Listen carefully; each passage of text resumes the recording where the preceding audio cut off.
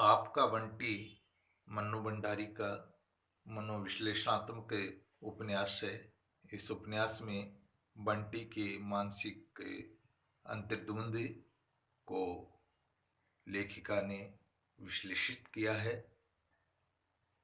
बंटी मानसिक ऊहापोह का शिकार है।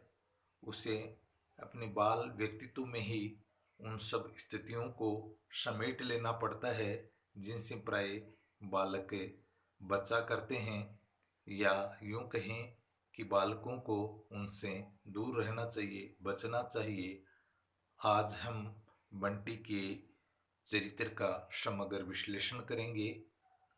मैं डॉक्टर राजेंद्र सिंह, सह आचार्य, राजकीय कला महाविद्यालय सीकर।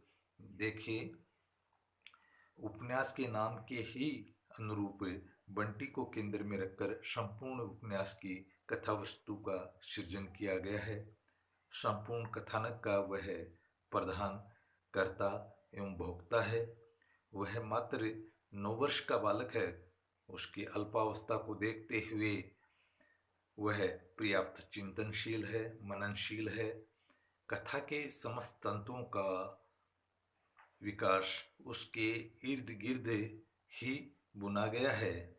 लेखिका ने बंटी के चरित्र का विकास आत्मचिंतन जनित विचारों के आलोक में ही कराया है।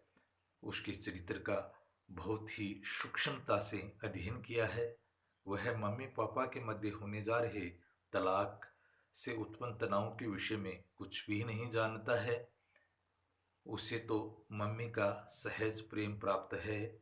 जब पापा से मिलने का अवसर प्राप्त होता है तो वह खरीदी जाने वाली वस्तुओं की सूची मन ही मन तैयार कर लेता है। उसके मम्मी पापा और पापा का तलाक होने जा रहा है, इसकी सूचना उसे तो अपने दोस्त टीटू से प्राप्त होती है। टीटू ही उसे बतलाता है कि तलाक का मतलब लड़ाई हो जाना होता है।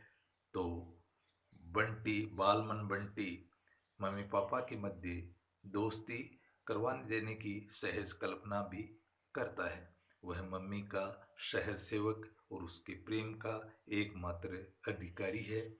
अजय द्वारा कलकत्ता चलने का आमंत्रण प्राप्त होने पर बंटी कहता है कि मम्मी चलेंगी तो चलूंगा। अजय द्वारा बंटी को लज्जित किए जाने के लिए प्रयुक्त शब्दावली से उसके मातृ अनुराग का परिचय प्राप्त होता है। अजय कहता है, छी छी, इतने बड़े होकर भी मम्मी के बिना नहीं रह सकते, ये गंदी बात है बेटे। अब तुम्हें मम्मी के बिना रहने की आदत डालनी चाहिए। सर्किट हाउस से लौटने के उपरांत मम्मी को रोया हुआ समझकर उसके मन में अपराध बोध की भावना जगती है। एक अजीब सी अपराध भावना मन में घुलने लगी, जैसे वह कोई बहुत ही गलत काम करके आ रहा हो। वह मम्मी को छोड़कर क्यों गया, ऐसा उसके मन में भाव आता है। बंटी ने एकाकी जीवन जीने के लिए कई शौक अपनाए हैं, जैसे ताश खेलना, लूडो और कैरम खेलना, पेंटिंग बनाना आदि आदि। पापा इन्हें लड़कियों के खेल कहते हैं। उसे क्रिकेट, हॉकी, कबड्डी आदि खेलने हेतु, पेड़ पर चढ़ने, तैरने तथा साइकिल चलाने हेतु प्रोत्साहित करते हैं। एकाकी जीवन जीने के कारण बाल सुलभ भय, आतुरता व असुरक्षा की भावना उसमें पनप रही है।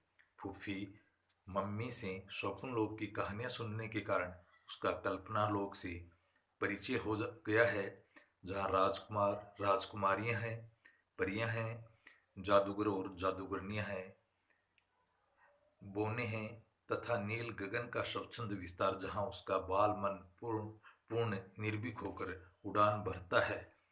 इस तरह स्वयं आरोपित आम के पौधे की सम्यक प्रतिफलन की कल्पना करते हुए भी इसी इंद्रजाली के लोक में पहुंच जाता है।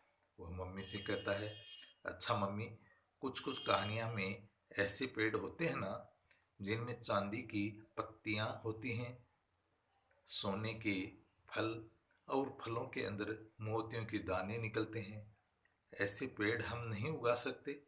बंटी के चारित्रिक सृजन में लेखिका ने बड़ी ही सूझबूझ का काम लिया है। बंटी अपनी आयु से बहुत आगे है। पापा मम्मी का तलाक हो जाने पर वह ऐसा कोई कार्य नहीं करना चाहता जिससे मम्मी को ठेस लगे, मम्मी को व्यथित होना पड़े। यहाँ तक कि दीवार पर लगी पापा की एकमात्र तस्वीर को भी वह उतार कर अलमीरा में रख देता है और यह व्यक्त करने का प्रयास करता है कि अब पापा की याद नहीं आ रही है। मम्मी के संपूर्ण जीवन पर छा जाने के बावजूद डॉक्टर जोशी को वह अपेक्षित महत्व प्रदान नहीं कर पाता है।